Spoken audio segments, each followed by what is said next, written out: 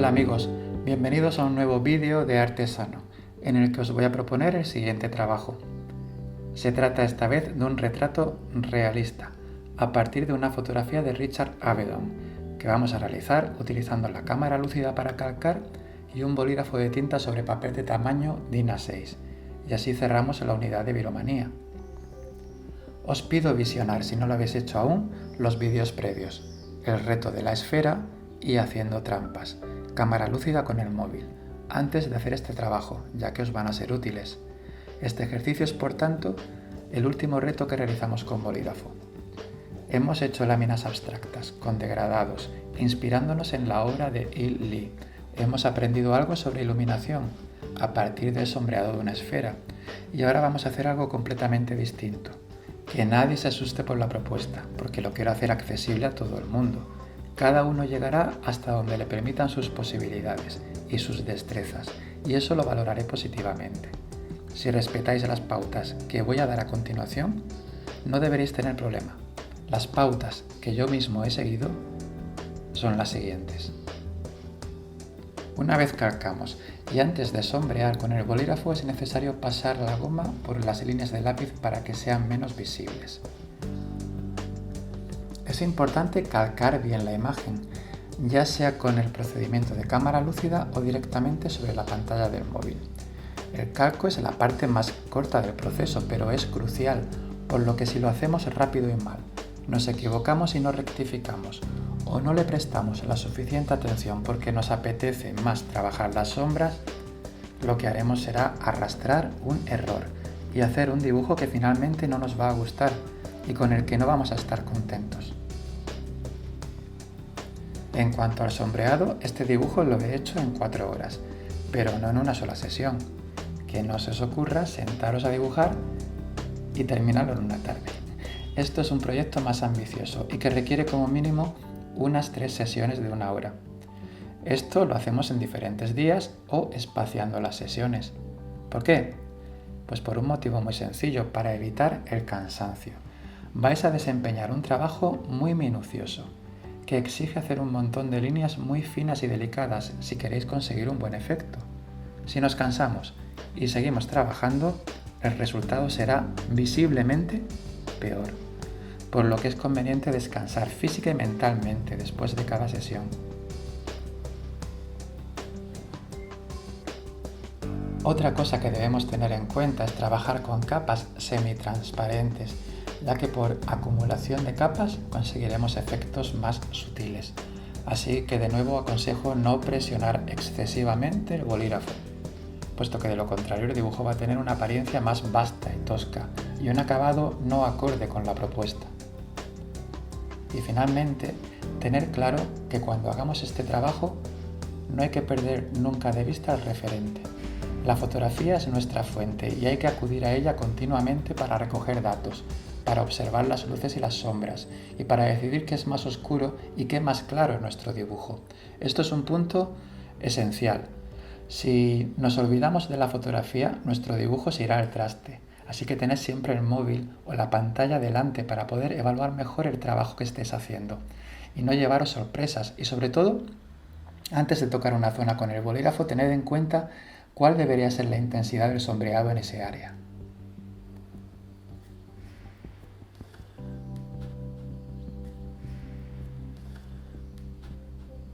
Y bueno, ahora quizá algunos os estáis haciendo esta pregunta. ¿Es lícito calcar? ¿Quita eso mérito a una obra de arte? ¿Es eso hacer trampas? Muchos artistas han utilizado atajos para conseguir llegar a su objetivo.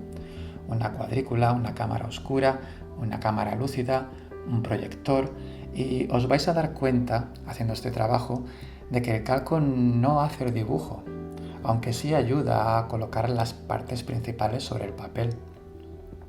Hay artistas a los que les gusta calcar o no les importa, y hay otros artistas a los que no les gusta calcar.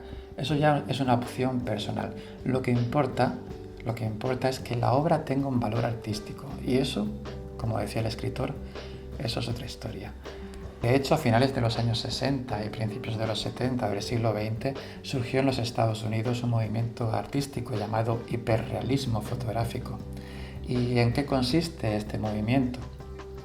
Pues como su nombre indica, los artistas que practican este estilo parten de una fotografía y la reproducen con todo lujo de detalles en formatos enormes para abrumar al espectador. Cuando nos acercamos a una obra hiperrealista, vemos más información de la que solemos ver en la vida real. De ahí viene su nombre, hiperrealismo, más allá del realismo, y la sensación que nos produce es de cierta extrañeza. Para realizar estas obras, muchos artistas, yo diría que la inmensa mayoría, utilizan trucos. Un buen ejemplo es el caso de Chuck Close, que usa cuadrículas con cientos o miles de casillas para realizar sus trabajos. La cuadrícula es un método bastante antiguo, de hecho, como ha quedado bien documentado en la historia del arte a través de grabados. Hay otras trampas, entre comillas, para obtener el dibujo base de la manera más rápida posible, como por ejemplo utilizar un proyector de diapositivas o un proyector digital para trazar las líneas principales del dibujo. En ambos casos se ha evitado dibujar las imágenes a ojo y se ha recurrido a un truco que hace el camino más corto, quedando luego la dificultad en conseguir la mezcla de color precisa para simular la fotografía. De todas formas, recuerdo que la validez de una obra de arte no estriba en su dificultad técnica. Un cuadro, un dibujo, una escultura, por ejemplo, pueden resultarnos muy complicados de hacer y llevar mucho tiempo de ejecución, pero eso no significa necesariamente que sean buenos. Hay veces que un garabato o un esbozo nos transmite muchas más cosas que dibujos súper detallistas y súper elaborados, así que no hay que dejarse embaucar. Podemos tomar como ejemplo esto que estoy haciendo. Yo estoy dibujando a partir de una fotografía que ha hecho otra persona. Estoy dibujando con mucho cuidado y dedicándole varias horas para que quede lo más realista posible, y para ello estoy utilizando solamente mis manos y un bolígrafo. ¿Qué tiene más valor artístico? ¿El dibujo que estoy realizando o la fotografía que al fin y al cabo la ha hecho un señor dándole al botón de una cámara? Pues sin ningún género de dudas, lo que tiene más valor es la fotografía. Yo no estoy aportando nada nuevo, solo estoy copiando como si fuera una impresora, un robot, el maravilloso retrato que Richard Avedon hizo de John Ford. Estamos ante una fotografía icónica. ¿Y qué significa esto? Significa que esta imagen tiene una fuerza especial, tiene un carisma que hace que sobresalga sobre otras muchas fotografías que se han podido hacer del mismo modelo, por lo que queda grabada en la retina de nuestro ojo con una intensidad mayor que las otras imágenes, convirtiéndose así en un icono. Muchos pensamos que quizás sea el mejor retrato que se le ha hecho a John Ford, y no solo eso, sino que es una excelente imagen de la vejez, de una vida entera impresa en un rostro que nos transmite, a pesar de los años, fiereza, vigor y fuerza de carácter. De hecho, Richard Avedon está considerado como uno de los grandes maestros del retrato psicológico. Es uno de los fotógrafos más destacados del siglo XX. Por delante de su cámara han pasado y posado infinidad de personas, la mayoría de ellas celebridades del mundo de la cultura, del espectáculo, de la política, por lo que ha sido en cierto modo testigo en primera fila de la historia de su época, a través de las personalidades más influyentes. Su estilo es muy reconocible, ya que suele trabajar el retrato con el fondo completamente vacío, la mayoría de las veces blanco, para que concentremos toda la atención en el personaje retratado. Hay que decir que no es fácil conseguir un buen retrato fotográfico. No se trata sencillamente de llegar, encender los focos, hacer posar al modelo y apretar un botón. Es muy importante entablar una buena relación con la persona que vas a fotografiar, y en eso Avedon era un experto, ya que tenía grandes dotes psicológicas y era un gran conversador, por lo que agotaba a los modelos durante horas hasta que se relajaban. Entonces se sentían más cómodos y bajaban la guardia, se quitaban la máscara y a veces mostraban facetas más íntimas, humanas y vulnerables. Era entonces, en ese momento de debilidad, cuando se hacía la magia, apretando el botón. Es ahí donde vemos esos retratos con una profundidad psicológica tremenda, en los que casi sentimos el alma de la persona frente a la cámara. Y aunque se especializó en celebridades, como hemos dicho, también retrató a personas anónimas. De hecho, uno de sus libros más importantes, In the American West, tiene como tema principal gente corriente de la América profunda. In the American West fue un proyecto que le llevó cerca de 5 años y en el que realizó más de 17.000 fotografías y retrató a 752 personas: mineros, camareras, vagabundos, presidiarios, gente de todo tipo y condición social. Como siempre, con una profundidad psicológica asombrosa. Las miradas traspasan el papel para llegar al espectador. Y os puedo asegurar que ver una de esas fotografías en directo es algo que queda grabado en la memoria, ya que son ampliaciones de gran tamaño y con una riqueza de matices, con un juego de luces y sombras y con unas miradas tan penetrantes que inevitablemente quedan tatuadas para siempre en tu retina. Es un libro fascinante, ya digo, por su calidad técnica, por su calidad artística y por su calidad humana. Y os invito a mirar más fotografías de este artista en la red, así que os dejo en la descripción el enlace a su web oficial, donde podéis seguir disfrutando de su obra. Y bueno, ya que habéis sido buenos y habéis llegado hasta aquí, os voy a contar una anécdota sobre este fotógrafo que nos da la medida de hasta qué punto estaba interesado, incluso obsesionado por la fotografía ya en su niñez. Resulta que Avedon fue un niño muy introvertido y tímido, y no se sentía cómodo jugando y saliendo con los chicos de su edad por el barrio, así que muchas veces se refugiaba en su habitación, que había convertido en una cámara oscura, es decir, cuando él quería, en su habitación no entraba la luz salvo por un pequeño agujero que proyectaba las imágenes del exterior hacia adentro, como si se tratara de una sala de cine. No solo eso, a los 9 años, estando en la playa, cogió un negativo de un retrato que había hecho su hermana pequeña y se lo fijó en el brazo. El sol hizo la magia esta vez y el rostro de su hermana se positivó en la piel del joven Richard. Y a los 12 años salía para hacerse autorretratos a Central Park. Estamos hablando de hace casi 90 años, es decir, olvidaos de selfies, olvidaos de móviles y olvidaos de Instagram, nada de eso existía. Él iba con su cámara analógica a hacerse fotografías en ese mítico lugar. Eso es auténtica pasión por la fotografía. Eso es vocación por una actividad.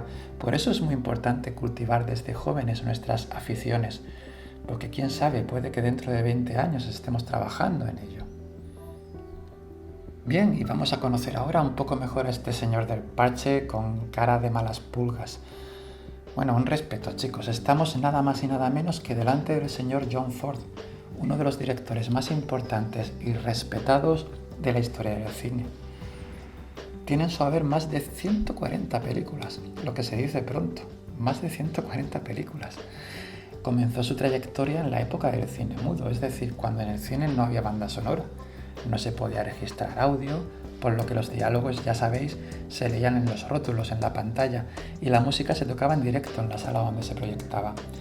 Y aunque sus películas más conocidas son westerns, es decir, películas del oeste, tiene entre sus muchas obras maestras películas que tratan, por ejemplo, el drama de la pobreza, como Las uvas de la ira, o dramas sociales sobre el duro trabajo de los mineros, como Qué verde era mi valle, que son películas absolutamente maravillosas. Son películas tremendamente humanas. Y entre sus westerns hay una película que está entre mis favoritas y que me voy a atrever incluso ahora a recomendar, si me lo permitís, que trata un tema muy interesante. Trata el tema del valor.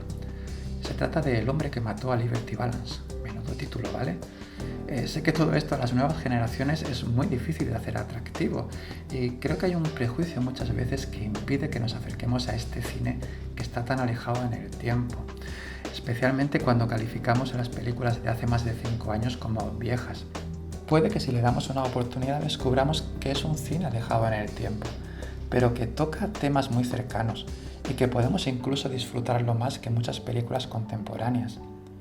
Creo que es peligroso y que no es bueno para una sociedad que olvide el pasado, que olvide el legado de lo que hicieron nuestros padres, nuestros abuelos, nuestros ancestros y que nos ensimismemos solamente en lo que se hace hoy día y quitemos valor a lo pasado. Eso me parece muy peligroso porque en el pasado encontramos cosas que siguen muy vigentes. El ser humano no ha cambiado tanto en la esencia. Y bueno, yo os invito a que os acerquéis al cine clásico.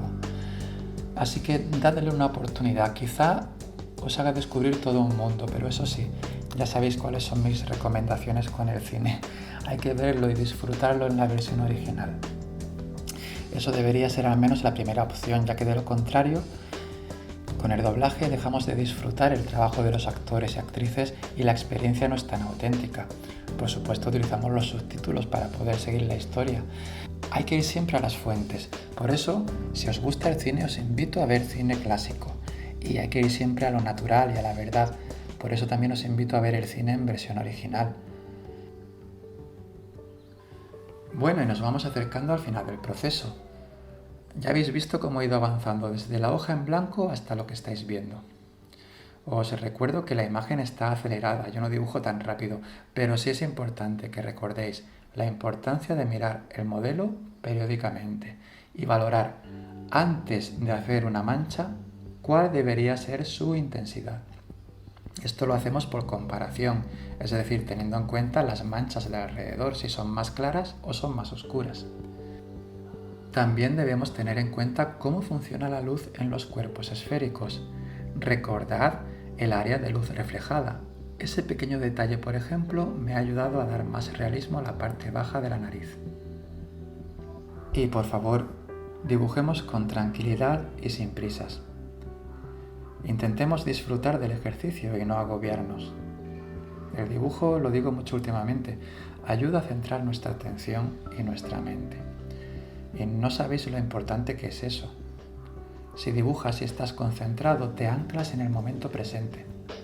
Sientes un gran bienestar que te va a acompañar durante un buen rato y quizá te ayude a relativizar muchas preocupaciones. Muchos nos agobiamos por cosas que nos han pasado o por cosas que podrían pasar. Y nada de eso podemos controlar. Tan solo podemos hacer lo que estamos haciendo en este momento. Así que concéntrate en lo que estás haciendo. Dibuja. Dibuja y sé feliz dibujando. Bueno, y ya para terminar, no sé si alguien se ha preguntado ¿por qué viromanía? ¿De dónde viene ese nombre? ¿Por qué he llamado así a esta unidad? Bueno, pues he querido rendir homenaje con este nombre al padre del bolígrafo, al inventor de origen húngaro László József Bíró, o para los hispanohablantes Ladislao José Biro, que es como se le conoce en Argentina, país de adopción al que llegó huyendo de la persecución nazi. Biro era judío. Biro realizó un buen número de inventos, pero sin duda alguna el más popular y remarcable fue el bolígrafo, o el birome, que fue el nombre que surgió de la mezcla de su apellido con el de su socio Juan Jorge Meine.